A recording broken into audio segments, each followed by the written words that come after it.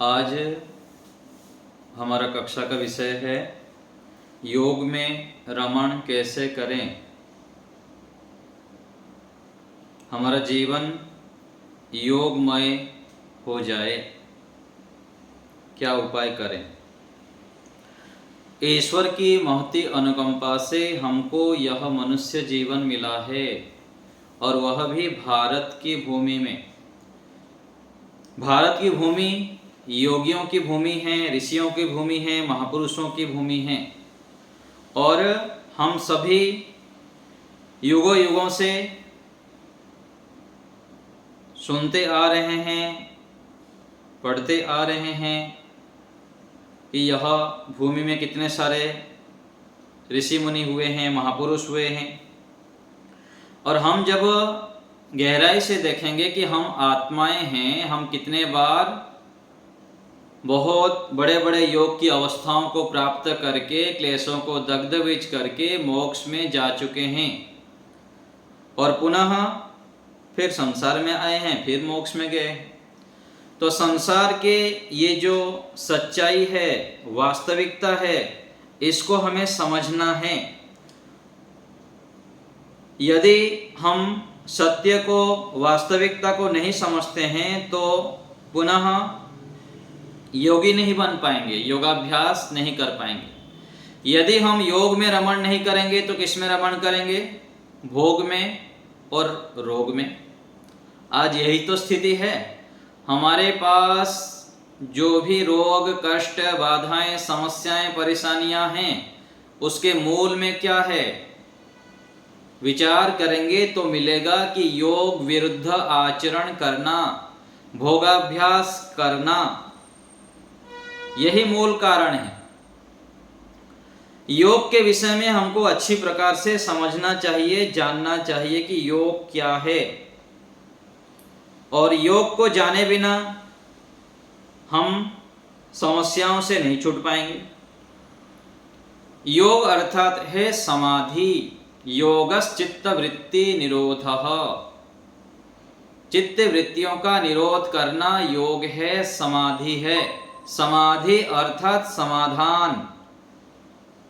जितना जितना हम योगाभ्यास करते जाते हैं, योगी बनते हैं, उतना हमारे जीवन में समस्याओं का समाधान हो जाता है। हम समस्याओं से दूर हो जाते हैं, बच जाते हैं। समस्या हमारे पास आता नहीं है। परेशानी, कष्ट किसके पास आता है? जो कमजोर होता है। किसको लोग डराते हैं, धमकाते हैं, आक्रमण करते हैं? किसके घर में चोरी होता है, किस देश के ऊपर आक्रमण होता है? जो कमजोर होता है। जो मजबूत होता है, पहलवान होता है, वह समस्याओं से बच जाता है, कष्टों से बच जाता है और वह जीवन को सफल बना देता है। तो हमें योग में रमण करना है, योगाभ्यासी बनना है, योगी बनकर जीना है। जो बुद्धिमान व्यक्ति होते हैं वह सोच समझकर कार्य करते हैं, देखा देखी नहीं करते हैं। देखा देखी अर्थात भेड़ चाल। जो बुद्धिमान व्यक्ति है वह अच्छे प्रकार से विवेक से विचार करके कार्य करते हैं। बुद्धिमान कौन है? जो जीवन में श्रेष्ठ कार्य में लग जाते हैं, श्रेष्ठ क्षेत्र में अपना पुरुषार्थ करते हैं, जिससे जीवन की सफलता होती है, उस क्षेत्र में वो मेहनत करते हैं। तो हमें बुद्धिमान बनना है। बुद्धिमान बनने से क्या लाभ होगा? हम जीवन को सफल बना पाएंगे। वास्तविक शांति, सुख, सफलता को प्राप्त कर सकते हैं, संतुष्टि को प्राप्त कर सकते हैं और वह भी प्रामाणिकता पूर्वक। भ्रांतियां भी होती हैं। व्यक्ति अपने आप को बहुत खुश मानता है, सुखी मानता है, संतुष्ट मान के चलता है। कुछ काल के लिए मान के चलता है, फिर आगे तो बुखार उतर जाता है। आगे जब पिटाई लगता है ना, फिर बुखार उतर जाता है। संसार के भोगों के पीछे, पति में, पत्नी में, गाड़ी में, मकान में, मोबाइल में, पद में, प्रतिष्ठा में, व्यक्ति को थोड़े काल के लिए तो सुख तो दिखता है। कोई किसी को थोड़े काल, किसी को 1 साल, 2 साल, 5 साल, 10 साल, 20 साल तक व्यक्ति को खुशियां तो दिखता है, सुख तो दिखता है, लेकिन आगे चलकर क्या होता है, बुखार उतर जाता है। सतीश जी, आप मोबाइल चलाना सीख जाइए, नहीं तो आपको कक्षा से हटा दिया जाएगा। तो हमें भ्रांतियों में नहीं जीना है, सच्चाई में जीना है, सच्चाई के धरातल पर जीना है। भ्रांतियों में जिएंगे, थोड़े दिनों बाद बुखार उतर जाएगा, और जिसको हम सुख मान के चल रहे हैं, जिसके पीछे अपने सभी प्रकार के समय सामर्थ्य लगा देते हैं, वो सारा निचोड़ के समाप्त हो जाएगा। अपना यौवन से लेकर पूरा जीवन चला जाता है। अर्थात जिसके लिए हम समय लगाते हैं, उसके परिणाम को सोच समझकर कार्य करना चाहिए। और ये कब होगा, जब हम योगाभ्यास करेंगे। जीवन में यदि योगमय हम नहीं बनते हैं, भोग और रोग से ग्रसित हो जाएंगे। और वही यही आज स्थिति है। अपने उल्टी बुद्धि से चलकर, वेदों के मार्ग पर ना चलने के कारण, ऋषियों के मार्ग पर ना चलने के कारण, सच्चाई को ना जानने के कारण, हम अनावश्यक कार्य में, गौण कार्य में अपने समय सामर्थ्य को व्यर्थ कर देते हैं और सारा लुटा के आ जाते हैं। जैसे जुआ खेलने वाले होते हैं, शराबी होते हैं, जुआ खेलने वाले होते हैं, जो सारा सट्टाबाज में अपने लूट के आ जाते हैं। ऐसे ही हम क्या करते हैं, जीवन कितने महान उद्देश्य के लिए मिला हुआ है, कहाँ शिखर पर जाने के लिए मिला हुआ है, अपने जीवन को उद्धार करते हुए, अपने क्लेशों को, कुसंस्कारों को भस्म करते हुए हम लाखों व्यक्तियों के, करोड़ों व्यक्ति के जीवन को सुख के सागर पर ले सकते हैं, पहुंचा सकते हैं। इतना हमारे अंदर सामर्थ्य है। लेकिन वो जानने से तो होगा ना, जगाने से तो होगा, नहीं तो कैसे होगा। और जानेगा, जगाएगा कौन? हमको स्वयं को ही यह कार्य करना पड़ेगा। ऋषि कहते हैं, उत्तिष्ठत जागृत प्राप्य वरान निबोधत। उठो, जागो, विद्वानों के पास जाकर वेदादि शास्त्रों का अध्ययन करके योग के अंगों का अनुष्ठान करो। योग के अंगों के विषय में अच्छी प्रकार से जानो। क्यों? क्योंकि योगांग अनुष्ठानात् अशुद्धि क्षये ज्ञान दीप्ति ही अविवेक ख्याते है। योग के अंगों का अनुष्ठान करेंगे तो अशुद्धि का, कुसंस्कारों का नाश होगा। तब आपके जीवन में ज्ञान की दीप्ति जगेगी, प्रकाश आएगा। नहीं तो अंधकार में क्या करेंगे, टटोलते रहेंगे। अंधकार में हम क्या करते हैं, कुछ दिखता ही नहीं, टटोलते रहते हैं, क्या कहाँ सामान मिलेगा, क्या मिलेगा। प्रकाश में जाते हैं तो पता लगता है कि मैं कौन हूं, कहां से आया हूं, कहां जाना है, क्या कर रहा हूं मैं, कहां कीचड़ में घुसा हुआ हूं। कि शराबी नाली में पड़ा हुआ रहता है तो हम देख के क्या बोलते हैं। मैं थोड़ी दिन पहले अभी आ रहा था, रास्ते में एक शराबी पड़ा हुआ था रास्ते के साइड में, तो हम देख के क्या सोचते हैं, अरे क्या कर रखा है जीवन, ऐसे सोचते हैं। वास्तविकता क्या है, यदि कठोर शब्द में कहा जाए तो हम कहां पर हैं, सोचें। ऋषियों की दृष्टि से, बुद्धिमानों की दृष्टि से यदि हम देखेंगे तो हम भी कीचड़ में पड़े हुए हैं, अपने आप को जान नहीं पा रहे हैं। जिस मात्रा में, जिस रूप में अपने आप को जगाना चाहिए वो नहीं कर पा रहे हैं, हम नहीं कर पा रहे हैं। कितने समय बीत गया, कहां कर पा रहे हैं। थोड़े काल में देखिए महापुरुषों के जीवनों को, थोड़े काल में आके कितने बड़े बड़े कार्य करके युगों युगों तक अमर हो गए। आज उनको हम आदर्श मानते हैं और हम कहां पर हैं। क्या उनके पास कुछ विशेषताएं थी, कुछ अलग थे, वो किसी अलग धरती से आए थे? ऐसा नहीं है। प्रत्येक आत्मा के अंदर ये सामर्थ्य है, हमारे अंदर भी है। लेकिन हमको ट्रेनिंग नहीं दिया गया। बहुत बड़े षड्यंत्र करके हमारे पाठ्य व्यवस्था से लेकर सारे तंत्र को ध्वस्त कर दिया गया है, जिसके कारण हम अपने आप को जान नहीं पा रहे हैं, अथवा जानने के लिए तड़प भी नहीं है, लगन भी नहीं है, ललक नहीं है हमारे अंदर। कहने के लिए तो हम बहुत जानते हैं, अपने आप को दिखाते हैं, मतलब बहुत देख लिया, मैं दुनिया को देख लिया, ऐसे बड़े बड़े बातें बोलते हैं, लेकिन वास्तविक रूप में जागे हुए हम नहीं हैं। जागने का मतलब है तहलका मचाना, कुछ तूफान आ जाना, हमारे जीवन में आनंद, उत्साह, पराक्रम, शूरवीरता की शिखर पर चढ़ जाना, रोग, व्याधि, उदासीनता, हताश, निराश ना होना। क्या है हमारे पास? कोसों दूर दूर तक नहीं है। देखिए, ईश्वर के सामने बैठ के जब एकांत में बैठते हैं तब पता लगता है कि मैं कहां हूं, मैं कितने आलसी हूं, कितने प्रमादी हूं, कितना कामचोरी हूं, कितने विषय वासना में लगा हुआ हूं, कितने में गलत कार्यों में अपने समय सामर्थ्य व्यर्थ किया और अभी भी कर रहा हूं। तो इन सब का इलाज, समस्या है तो समाधान भी है, समस्या है तो समाधान भी है। और बहुत सारे समस्याओं का समाधान हमको पता है, इस रोग का ये दवाई है, लेकिन खाना तो पड़ेगा। नहीं खाने से कैसे होगा? घर में हमारे रखा हुआ है, गिलोय रखा है, तुलसी लगा हुआ है, नीम का पेड़ है, भाई खाना तो पड़ेगा। तुलसी खाएंगे, नीम तोड़ के खाएंगे, तो अब तो फिर रोग का निदान होगा, आपकी इम्यूनिटी बढ़ेगी, कभी आप रोगी नहीं होंगे। ऐसे ही योग आदि जितने भी वेद आदि शास्त्र है, सत्य ग्रंथ है, सत्य ज्ञान है, सब हमारे पास है। उसको घूट के पीना पड़ेगा, तपस्या की भट्टी में अपने आप को गिराना पड़ेगा।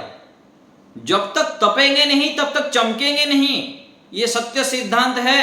योग योग योग योग कहने से थोड़ी आप चमक जाएंगे, चमकने वाले नहीं है। जितने भी आप योग की गाना गाते रहो, अथवा जितने भी हम योगी योगी बोलते रहें, उस भट्टी में तपना पड़ेगा, कूदना पड़ेगा।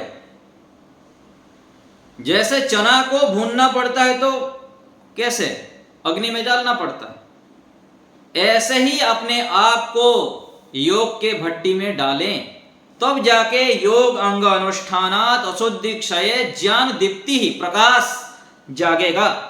तब हम अपने जीवन में गति ले आएंगे, गति आ जाएगा हमारे जीवन में। और ये सब कैसे होता है? पुरुषार्थमय जीवन से। मौज मस्ती, इंद्रिय दासत्व, समय की बर्बादी, खाने में, पीने में, संबंधों में, इन छोटे छोटे कार्यों में हम लग के जो महान शिखर है, उच्चतम शिखर है, समाधि आदि की प्राप्ति है, क्लेशों का दग्धबीज करना है, वहां पहुंच नहीं पा रहे।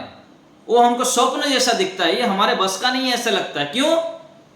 क्योंकि हम क्षुद्र कार्य में, तुच्छ कार्य में अपने आप को झोंक रखे हैं, कीचड़ में घुसे हुए हैं।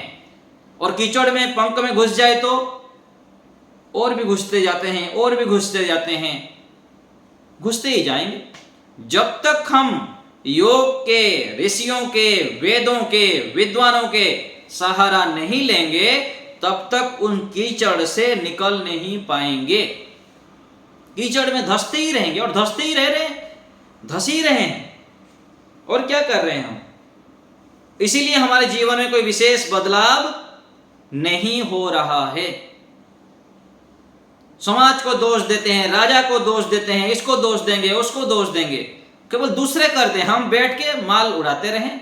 बना बनाया हमको मिल जाए, जैसे घर में माताएं बना के दे देते हैं, बच्चे खा के चौपट कर देते हैं, चट कर देते हैं, और फिर माताजी क्या किए मेरे लिए, पिताजी क्या किए, ऐसे बोलते हैं।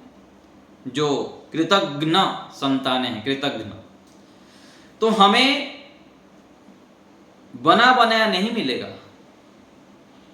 हमको बनाकर खाना पड़ेगा। हमको उसमें से घुस के सार निकालना पड़ेगा। क्या करने से, किन उपायों को अपनाने से मेरा जीवन सफल हो सकता है, तीव्रता से, गति से मैं अपने आप को आगे ले सकता हूं, उन चीजों को चुनना पड़ेगा। जैसे शहद कैसे बनता है, मधुमक्खी जो होता है अलग अलग जगह से चुन चुन के लाता है, ऐसे ही अपनी बुद्धि को रगड़ रगड़ के तीक्ष्ण बनाना पड़ेगा, ऋतंभरा प्रज्ञा उत्पन्न करनी पड़ेगी, तब जाके सत्य समझ में आएगा। नहीं तो बस कृण्वन्तु विश्वमार्यम बोलते रहेंगे, और भी कई सारे नारा हम बोलते हैं, बोलते ही रहेंगे, पीढ़ी बाई पीढ़ी बोलते ही रहेंगे। लेकिन तत्व क्या है? क्या ऋषि दयानंद जी, अन्य ऋषि मुनि लोग कैसे ये सब प्राप्त किए? क्या मैं वो प्राप्त कर सकता हूं क्या? यदि पता लग गया कि सब मनुष्य के अंदर ये सामर्थ्य है, मैं नर से नारायण बन सकता हूं, मानव से महामानव बन सकते हैं, देवता से महादेव बन सकते हैं, तो ये कैसे होता है? क्या उपाय है? इन सब का उपाय है योग। ऋषियों ने हमको ये खजाना दे रखे हैं, पूरा प्योर, 100% प्योर। इन खजानों से हम लाभ लेना सीखें। जब हम योगी बनेंगे तब जाके समाज, राष्ट्र को दिशा दे सकते हैं, कुछ परिवर्तन ला सकते हैं, स्वयं के दुखों को भस्म करते हुए दुनिया के भी दुखों को भस्म करने में हम समर्थ हो सकते हैं। इतना सामर्थ्य है योग में। इसीलिए तो भारत को विश्वगुरु कहा जाता है, और वास्तव में है, आगे भी था, अब भी है, आगे भी रहेगा, युगों युगों तक रहेगा रहेगा रहेगा, इसमें कोई तिल मात्र भी संदेह नहीं। तो हम कितने सौभाग्यशाली है, भारत भूमि में जन्म होके हम सामान्य मान के अपने आप को जिए, ये अच्छा नहीं। तो हम अष्टांग योग को समझें, यम, नियम, आसन, प्राणायाम की गहराई के ऊपर कभी हम विचार करते हैं, चिंतन करते हैं, मनन करते हैं, कि केवल ऐसे ही चल रहा है गाड़ी हमारी? वास्तविकता के रूप में चिंतन करें, मनन करें, क्या है अहिंसा में, क्या रखा हुआ है, सत्य में क्या है, ब्रह्मचर्य में क्या है, अपरिग्रह में क्या है, सोच, संतोष, तप, स्वाध्याय, ईश्वर प्रणिधान, ये सब क्या है? क्या है इसमें क्या रखा हुआ है? इसको अपने जीवन में धारण करने से क्या उपलब्धि होती है? जब इनको हम गहराई से विचार करेंगे, आचरण में लाएंगे, तब जाके विशेष खजाना को प्राप्त कर सकते हैं। जीवन चमक जाता है पूरा। आचरण में लाना पड़ेगा, आचरण बिन ज्ञान अधूरा है।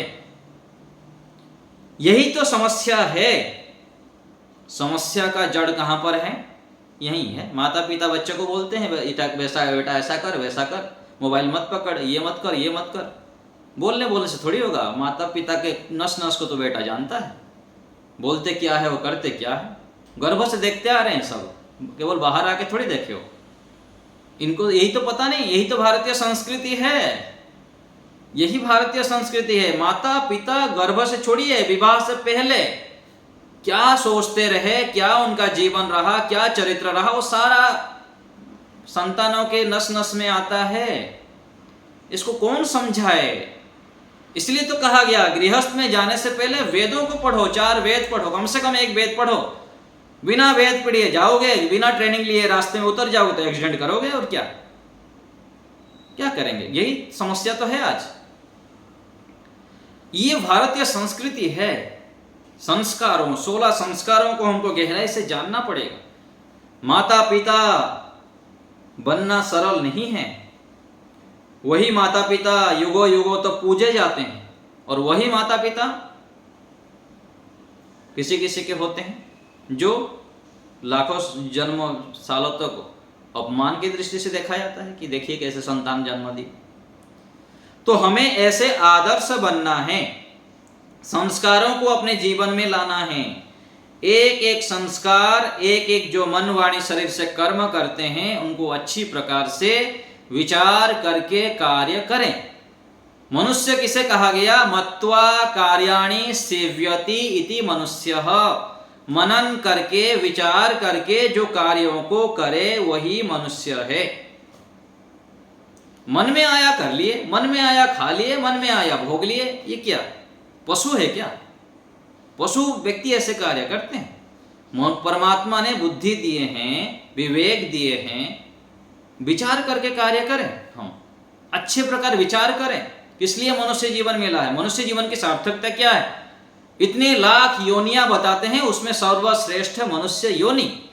और मनुष्य जीवन में भारत में जन्म लिए, वेदादि शास्त्रों का ज्ञान मिला, हमको सत्य के विषय में जानकारी मिली, तब भी हम अखंड प्रचंड पुरुषार्थ ना करें, जीवन को निखारे ना, तो क्या है, विनाश ही तो कर रहे हैं अपने आप का। क्या कर रहे हैं?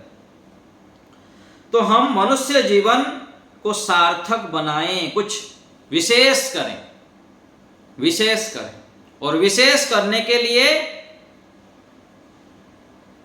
तपस्या करनी पड़ती है, मेहनत करनी पड़ती है। और व्यक्ति मेहनत से घबराता है, पड़ा रहेगा, लेटा रहेगा, इसीलिए फिर पिटाई लगता है। रोग व्याधि, जितनी समस्याएं, चिंताएं, ये सब क्यों आ रहा है, इसको विचार क्यों नहीं करते हम?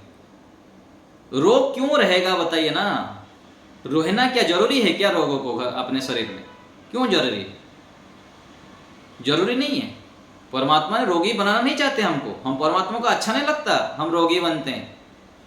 हमारा सिर दर्द है, घुटने दर्द है, पेट दर्द है, ये दर्द है, परमात्मा क्या कहे, ये आयुर्वेद का ज्ञान दिया तुमको, है ना, और पसीना बहाओ, सुबह उठ के 1 घंटे तक पसीना से नहाओ।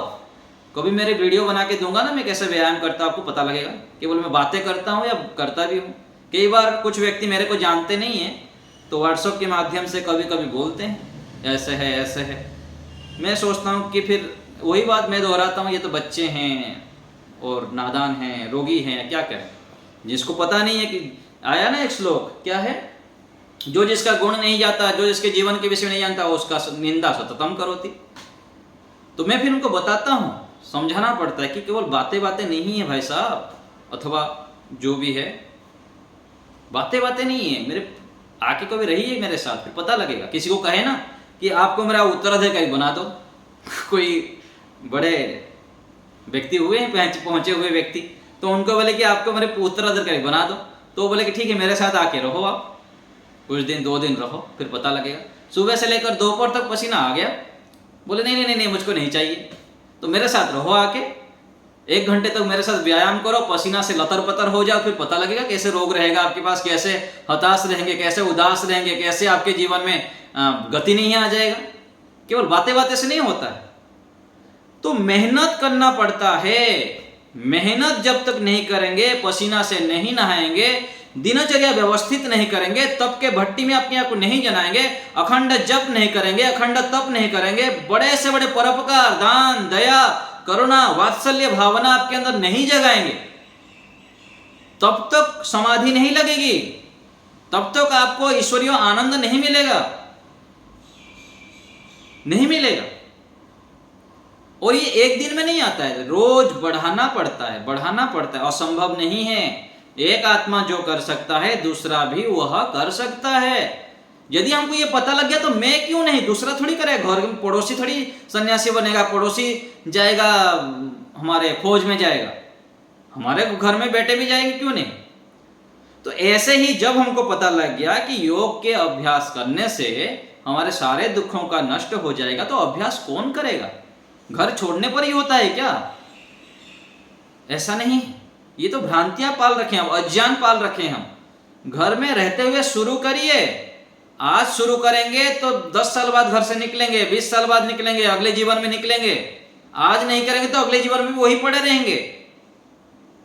आज जो सन्यासी बन रहे हैं, विद्वान बन रहे हैं, घर छोड़ के जा रहे हैं, अच्छी स्थिति में हैं, उन लोग संसार में दुख देख चुके हैं, उनको समझ में आ चुका है। या तो अगले जीवन में, पिछले जीवन में मार खा खा के आए हैं, रोगी होके पिटाई खा के आए हुए, अथवा इस जीवन में मार खाए, पिटाई खाए, तो जल्दी अगले ठिकाने आ गया। जिसको नहीं आएगा यहाँ पर ढूंढता रहेगा, संबंधों में, वस्तुओं में, खाने में, पीने में, मौज मस्ती में सुख ढूंढता है। और ढूंढते ढूंढते ढूंढते जब अच्छे से पिटाई ठुकाई लग जाएगा ना, तो बुद्धि अकल ठिकाने आता है। जैसे शराब पीते पीते पीते जब व्यक्ति के खराब हो जाता है ना शरीर का अंतर, फिर समझ में आता है, फिर थोड़ा ठीक हो गया, फिर पिएगा, फिर खराब होगा, फिर हाथ जोड़ता है ना, अभी नहीं। तो परमात्मा की कितनी बड़ी कृपा है, हमको ये शरीर के माध्यम से हार्ट, किडनी, लीवर आदि कितने मजबूत दिए। हम बार बार अत्याचार करते हैं, बार बार अत्याचार करते हैं, फिर भी ठीक रहता है, अति अत्याचार करने पर फिर वो हानि होती।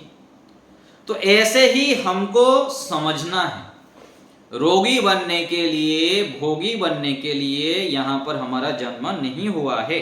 हमको योगमय अपने जीवन को बनाना है, अष्टांग योग को पालन करना है, उनको समझना है। समाज में अनेक प्रकार के योग प्रचलित है, क्रिया योग है, ध्यान योग है, हठ योग है, अलग अलग प्रकार से योग चलता है। कोई बोलता है ये वैदिक योग है, कोई अवैदिक योग है, चलो कोई भी योग है। आप क्या करते हो बताओ? कई बार व्यक्ति क्या होता है ना, यहाँ इन छोटे छोटे बातों में उलझता रहता है, खंडन मंडन, अपने आप को बड़ा दिखाना, ऐसे करते करते करते कुछ भी नहीं कर पाता है।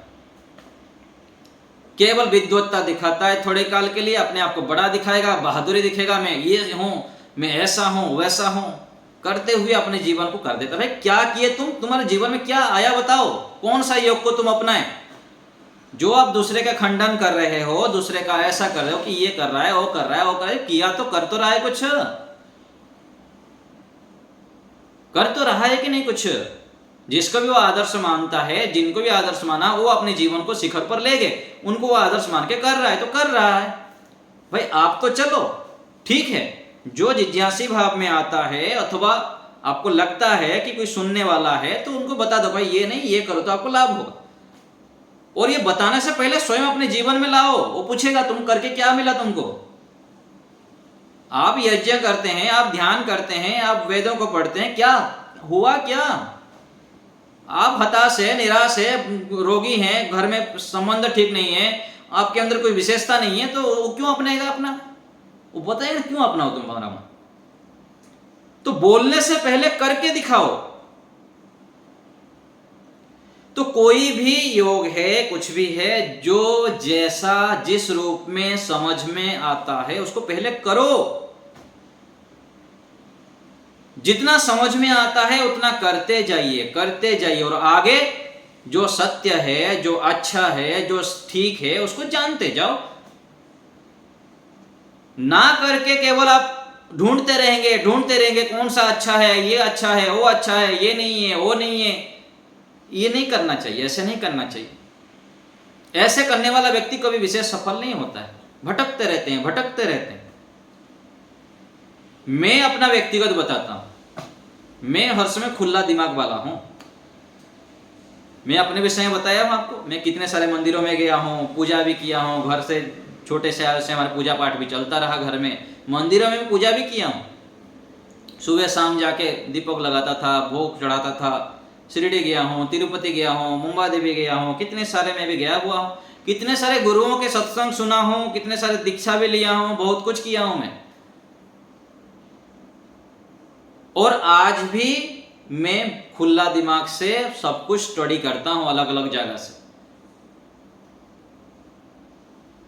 ऐसे खुला दिमाग रह करके चलना चाहिए। केवल एक को पकड़ के बैठे रहना कुपमंडूक जैसा नहीं होता है। ठीक है, अच्छा है, हमको समझ में आ गया, ये सत्य है, अच्छी बात। लेकिन सत्य के साथ साथ और भी क्या चल रहा है, क्या नहीं चल रहा है, क्या हो सकता है, जो हमको समझ में आ गया उसमें और भी कैसे निखार करना है, इसके लिए निरंतर पुरुषार्थ करना पड़ता है। नहीं तो जहां का तो वहां बैठे रहेंगे आप। यदि गति नहीं आ रही है, प्रगति नहीं हो रही है, पूरा शिखर तक पूरा टेकअप नहीं ले रहे हैं आप जल्दी, तो कहीं कहीं कमी है, उसको सुधारने के लिए तड़प होना चाहिए।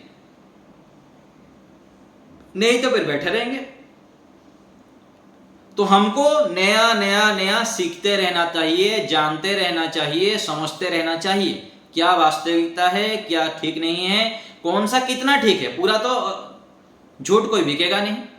जो भी आज दुकान चल रहा है संप्रदाय के नाम पर, भगवान के नाम पर, योग के नाम पर, सारा तो झूठा नहीं है ना।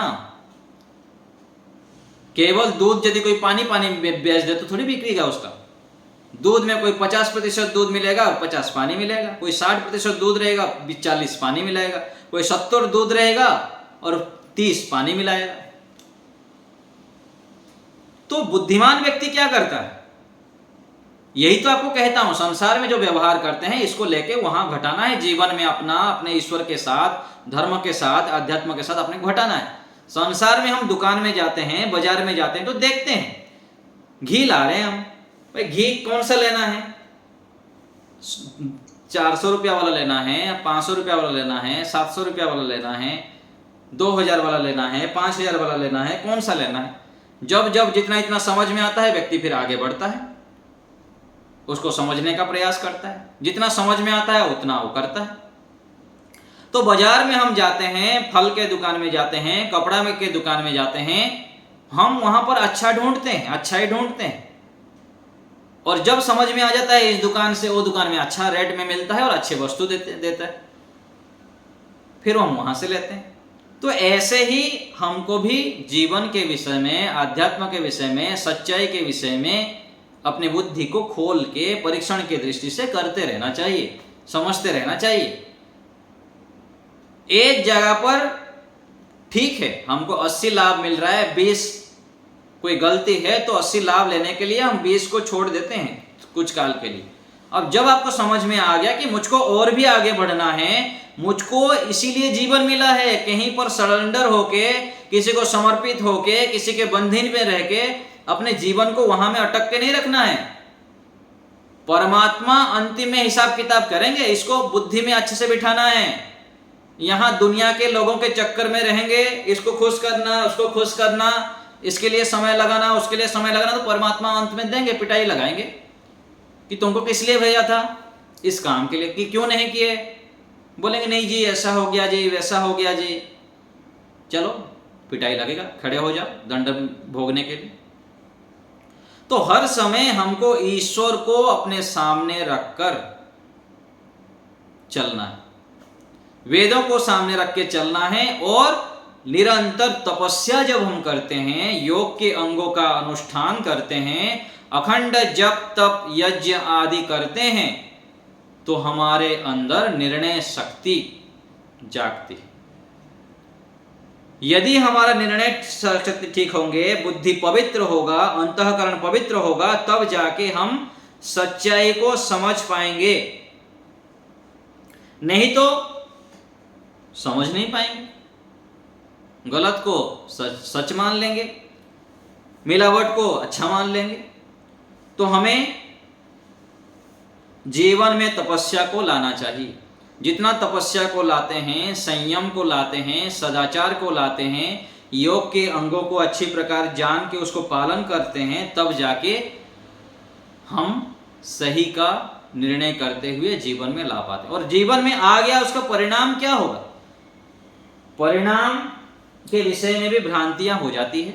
मैं तो अपने बच्चों को बड़ा बना दिया, पढ़ लिख के ये कर दिया, मेरे बेटे विदेश में हैं, मेरी बेटी ये कर दिया, मेरा दामाद ऐसा है, मैं कितनी कठिनाई से संघर्ष से गुजर के आया, मैं तो आज इतना रुपया कमा लिया। इसको व्यक्ति क्या मान लेता है, वाह वाह वाह, कृतकृत्य हो गया। जब जाएंगे परमात्मा के सामने बैठ के थोड़ा देखिएगा, परमात्मा के सामने ये सब सुनाएंगे ना, परमात्मा बोले ठीक है पहले खड़े हो जाओ, इसको लगाओ, छड़ी लगाओ, फिर उनके सुना जाएगा, ऐसे बोलेंगे परमात्मा। ये सब क्या हुआ, क्या बोलेंगे ना, जो 2 कौड़ी का सारा कमा के आ गया और अपने आप को सोचा है कि बहुत कुछ कमा लिया ये। तो ये स्थिति है, वास्तविकता से हम बहुत दूर है। परमात्मा हमसे क्या चाहते हैं, वेद हमको क्या कहना चाहता है, ये हम समझें। इह चेत अवेदिन अथ सत्यम अस्ति नो चेत महति विनष्टि, ये वेदों की आज्ञा है, उपनिषद की पंक्तियां हैं। यदि इसी जीवन में आप ईश्वर को जान लिए तब सफलता है, क्लेशों को दग्धबीज कर लिए तो सफलता है। जीवन मुक्त बन गए आप, स्थितप्रज्ञ बन गए, त्रिगुणातीत बन गए, तो जीवन को आप सफल बनाएं। कितना किए, सोचो, विचारो, विचारे हम, तब समझ में आएगा कहां पर हम खड़े हैं और क्या मान के चले अपने आप को। 10 रुपया कमा के अपने आप को मान ले कि मैं लाखों रुपया कमा लिया, बात समझ में आ रही। 10 रुपया कमाए और अपने आप को क्या सोच लिए, हम लाखों रुपया कमा दिए। ये भ्रांतियां हैं, इस भ्रांतियों के कारण हम बैठे हुए हैं ऐसे। तो वास्तविक रूप में जो योगाभ्यास करेंगे, योग के अंगों का अनुष्ठान करेंगे, उनका जीवन पूर्ण रूप से बदल जाएगा, कायाकल्प हो जाएगा, पुनर्जन्म हो जाएगा। क्या हो जाएगा? पुनर्जन्म। इसी जीवन में भी कई बार आपका जन्म हो जाता है। जैसे मैं बताता हूं, जब हम गुरुकुल में आए, गुरुकुल का पीछे का जीवन हमारा मर गया, नया जन्म हो गया हमारा। पीछे, गुरुकुल से पीछे हमारा घर, परिवार, मित्र, साथी कुछ भी दिमाग में नहीं है। ज्यादा सोचेंगे, विचारेंगे तो आता है, नहीं तो सारा डिलीट। ऐसे ही अभी 3-4 पहले से पीछे जो मेरा जीवन था वो सब डिलीट, अभी नया जन्म। तो इतना हम तपस्या करें, इतना हम उग्रता से अपने आप को तपस्या के भट्टी में डालें, जिससे कि हमारा नया जन्म हो जाए। छोटे छोटे कार्य, जो भी काम किए थे, जो भी कुछ था, वो सब साफ। आगे उच्च चेतना, दिव्य चेतना, अपने आप को शिखर पर चढ़ाना है। और इसीलिए जीवन मिला है। जीवन किस लिए मिला है? अपने आप को धीरे धीरे करके शिखर पर ले जाना है। यही ईश्वर हमसे चाहते हैं। तमेव विदित्वा अतिमृत्युमेति नान्यः पंथा विद्यते अयनाय। हे परमात्मा, आपको जानकर ही दुखों से छूट सकते हैं हम। मैं आपको जानूं। जैसे यहाँ पर माता पिता, पति पत्नी, कुछ भी जो हमारे संबंधी होते हैं, हमारे पास रहने से हमको कैसे आत्मबल आता है कि हाँ मेरा कोई है, ऐसे लगता है ना, मेरा कोई है मेरे पास। ऐसे परमात्मा के लिए लगना चाहिए कि परमात्मा मेरे साथ हैं। ये दृढ़ विश्वास, केवल दिखावटी नहीं, बनावटी नहीं, अंदर से एक आत्मविश्वास कि मेरे साथ कोई है, वास्तविक में। ये गहराई से, अंतःकरण से लग जाना, सोचिए कितनी उपलब्धि है बड़ी। ये उपलब्धि असंभव नहीं है, ये प्राप्त होता है और जरूर होगा। बस हमको आगे बढ़ना है। पदे पदे परमात्मा हमको जो चाहिए वो देते हैं और हमारे बुद्धि में अच्छी अच्छी प्रेरणाएं देते हैं। बेटा ये कर, ये मत कर।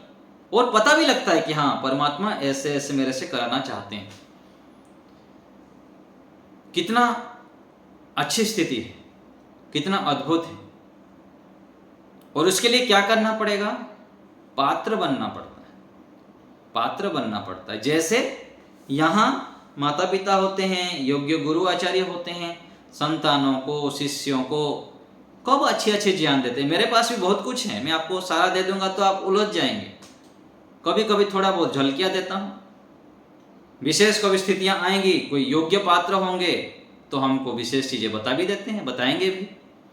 क्योंकि जब तक व्यक्ति के अंदर पात्रता नहीं होती है, विशेषताएं नहीं होती है, उसको समझने का, उसके अंदर क्या बोलेंगे, उसको योग्यताएं नहीं होती, और फिर उलझ जाएगा, उसको समझ में ही नहीं आएगा क्या कहना चाह रहे हैं। और इसी कारण से आज समाज राष्ट्र में बहुत सारे भटकाव है। ऋषि क्या कह चाहते हैं? ऋषि दयानंद जी का बहुत खंडन मंडन करते हैं, अन्य ऋषियों का भी बहुत कुछ लोग प्रमाण देते रहते हैं, ये यहाँ लिखे हैं, ये ऐसा लिखे हैं, वैसा लिखे हैं। ऊपर से ऋषियों के बातों में उलझते रहते हैं। ऋषि अंदर से क्या कहना चाह रहे हैं वो कहाँ समझ में आता है। सत्यार्थ प्रकाश पढ़ लिए, हो गया, मैं सत्यार्थ प्रकाश पढ़ लिया और बहुत कुछ जान लिया, ये कहते रहते हैं। भाई सत्यार्थ प्रकाश में ऋषि दयानंद जी क्या कहना चाहते हैं, कभी समझने का प्रयास करें। ऋषि दयानंद जी, वेद हमको कहना चाहता है कि हम सबसे मुख्य ईश्वर को माने, ईश्वरमय अपने आप को बनाएं। यदि हम ईश्वर में अपने आप को नहीं बनाते हैं, ईश्वर की ओर हमारी प्रवृत्ति नहीं हो रही है, तो क्या है, हम गौण कार्य में अपने आप को लगा रखे हैं। और ये गौण कार्य में क्यों लगा रखे हैं? क्योंकि हम योग के सही स्वरूप को जानते नहीं।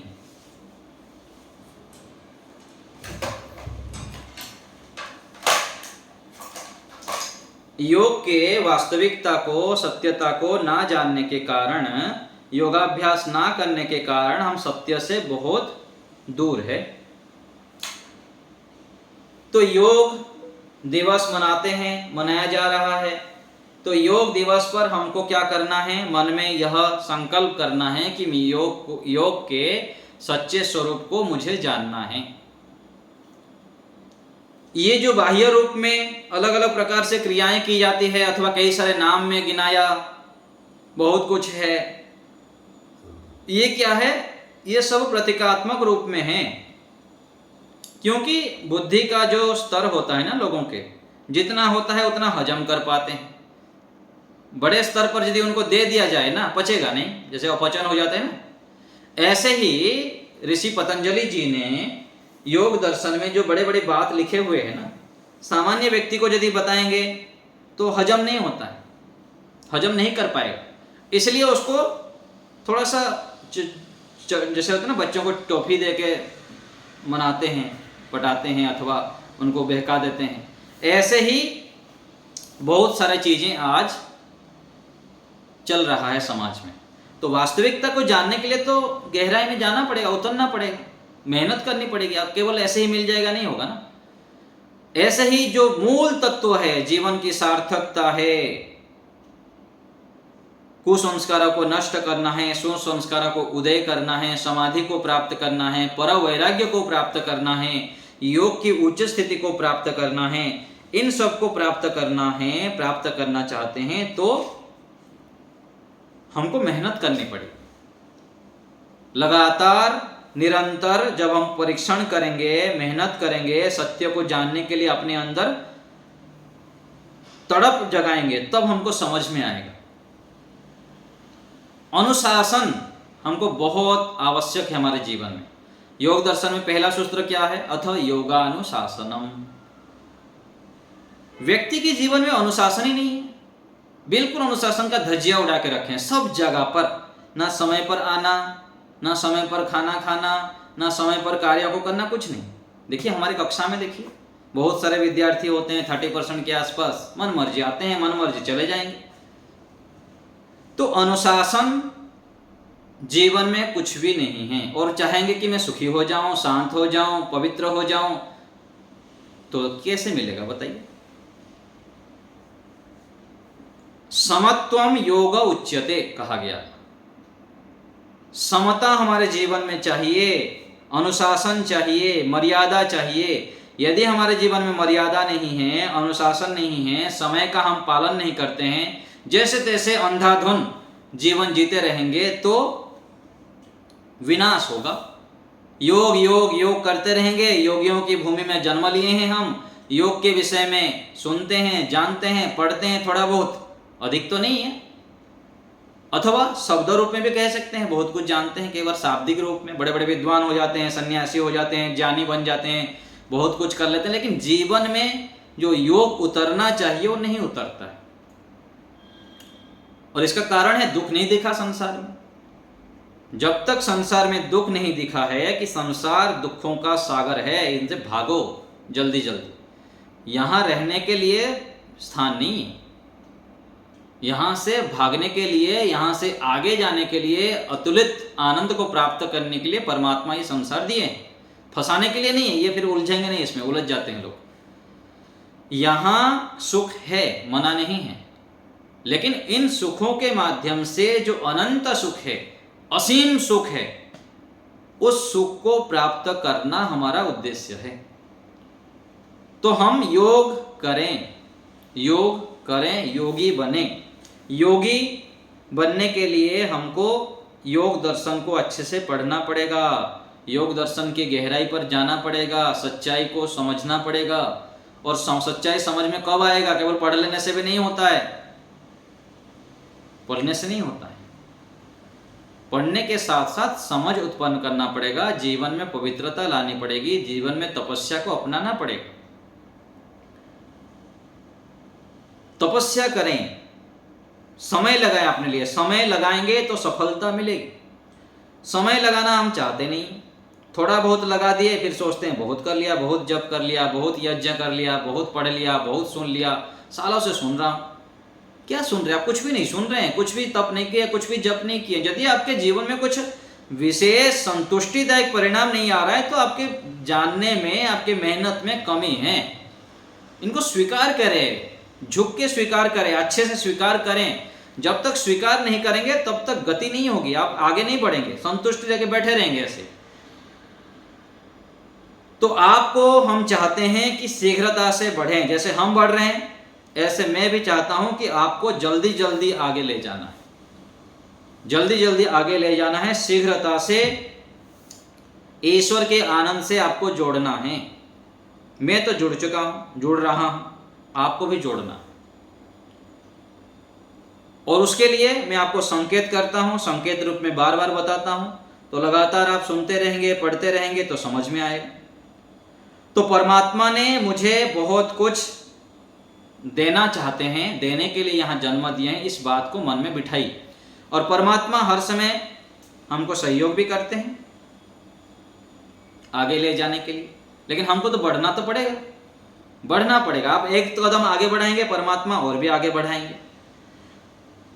तो हमको आध्यात्म के शिखर पर जाना है, बहुत कुछ सीखना है, पढ़ना है। इसके लिए अपने आप को तपस्या के भट्टी में डालें, मौन रहें, शांत रहें, अधिक से अधिक एकांत में समय लगाएं और धीरे धीरे करके संबंधों से थोड़ा दूर हों, भौतिक सुख साधनों से थोड़ा दूर हों। क्योंकि धीरे धीरे क्यों कह रहा हूं मैं? क्योंकि इतना कूट कूट करके अब हम इन साधनों के, इन संबंधों के जाल में फंसे हुए हैं ना, निकलना मुश्किल है। इतना संस्कार बना रखे हैं, बेटा बेटी, पत्नी पति, मित्र साथी, अलग अलग प्रकार से जितना भी देखिए कितनी हम जकड़े हुए हैं, हमको ही पता नहीं है कितना जकड़े हुए हैं। जब आप आगे बढ़ेंगे ना, धीरे धीरे थोड़ा सा मेहनत करते जाएंगे, फिर पता लगेगा अरे ये तो भयंकर जकड़न में फंसा हुआ हूं। परत परत जैसे होता है ना, परत परत जो काई जम जाता है, ऐसे ही संबंधों के, साधनों के जकड़न में हम हैं। और उससे निकलने के लिए क्या करना पड़ेगा? तपस्या। योग दर्शन में क्या कह रहे हैं महर्षि व्यास जी? न अतपस्विनो योगः सिद्ध्यति, बिना तपस्या के योग की सिद्धि नहीं होती है। तपस्या तो करनी पड़ेगी, हानि लाभ मान अपमान आदि सबको चिंता ना करते हुए हमको ईश्वर भक्ति करनी पड़ेगी। ईश्वर के लिए समय लगाना पड़ेगा, रात को जल्दी सोना, सुबह जल्दी उठना, स्वाध्याय करना, खूब व्यायाम करना, खूब प्राणायाम करना, खूब सत्संग करना, ये सब करना पड़ेगा। तब फिर देखिए वैराग्य के शिखर पर आप बढ़ेंगे, ईश्वर के आनंद को प्राप्त करेंगे। फिर वहां पर पता लगेगा अरे अरे अरे मैं कहां पर पड़ा हुआ था, किसको सुख मान के बैठा हुआ था। वो चने को मैं सुख मान के बैठा था, जबकि रसगुल्ला, गुलाब जामुन से लेकर बढ़िया बढ़िया जलेबी, हलवा, वो तो मैं वंचित था इससे। चने में, सूखे चने में, और जो होता है ना सूखे रोटी में, बासी रोटी में, मैं सोच रहा हूं कि इसमें बढ़िया सुख है। तो ये संसार के सुख क्या है? दुख मिश्रित है। एक सुख के पीछे 4 प्रकार के दुख। ये तो सुखों की झलकियां है परमात्मा के। ये जो संबंध है, अलग अलग वस्तुएं हैं, बढ़िया बढ़िया देखने सुनने को जो हमको मिलता है, ये तो संसार की दिव्य नजारा है। इसके पीछे सत्य है। हिरण्मयेन पात्रेण सत्यस्य अपेतम मुखम। जैसे शरीर के अंदर मलमूत्र भरा पड़ा है, एक mm के चमड़ी के पीछे हम भागते रहते हैं, फंसते रहते हैं। ये कितनी बड़ी कलाकारिता है परमात्मा का। ऐसे ही भोजन हमको दिखता है, खाना पीने में बढ़िया बढ़िया चमकीला दिखता है, फिर उसके पीछे दुख छिपा रहता है। चीनी खा लेते हैं अथवा बढ़िया बढ़िया चीज जो भी दुखदायी होता है, चमकीला पैकेट देख के हम फंस जाते हैं।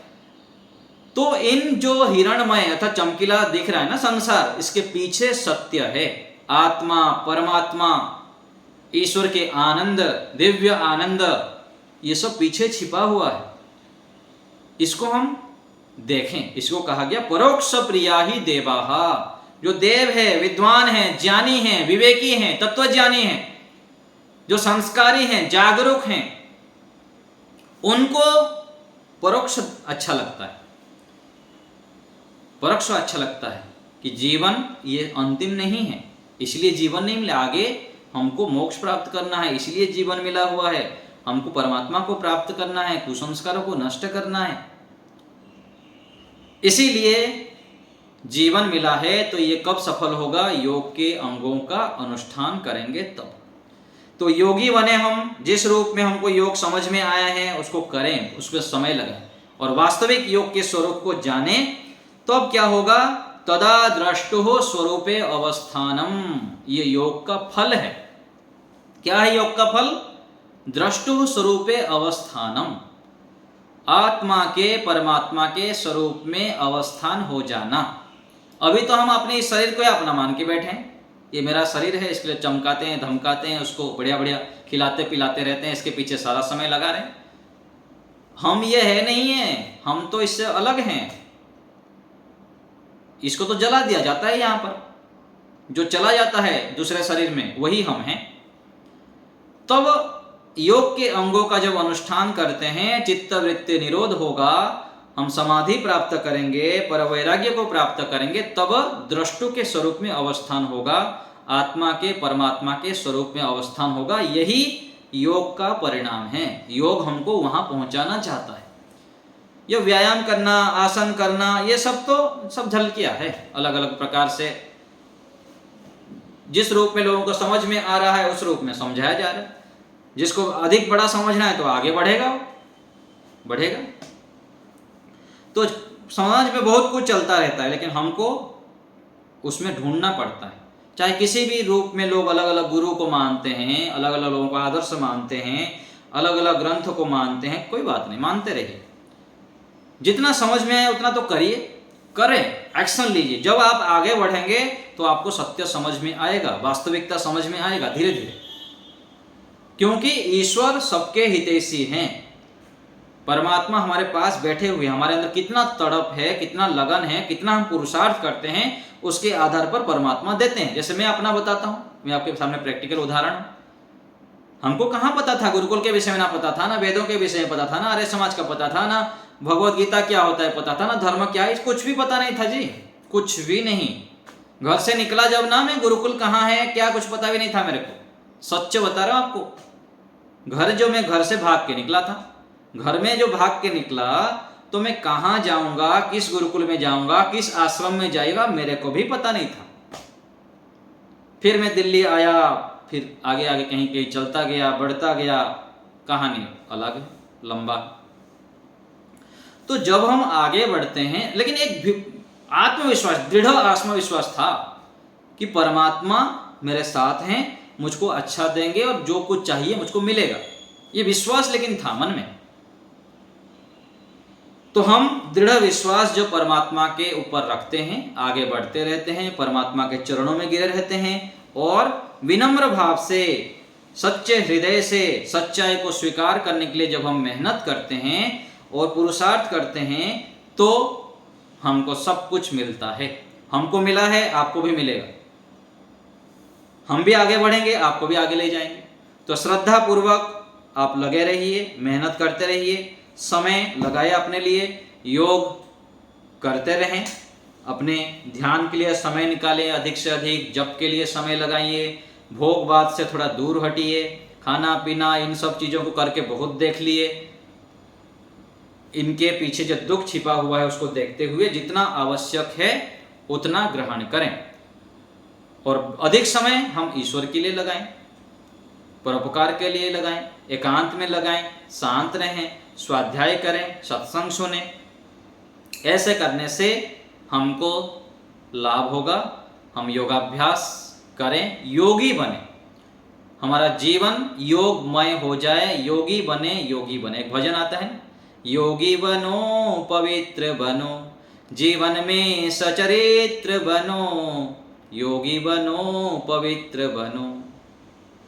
बढ़िया भजन है। और एक भजन भी आता है,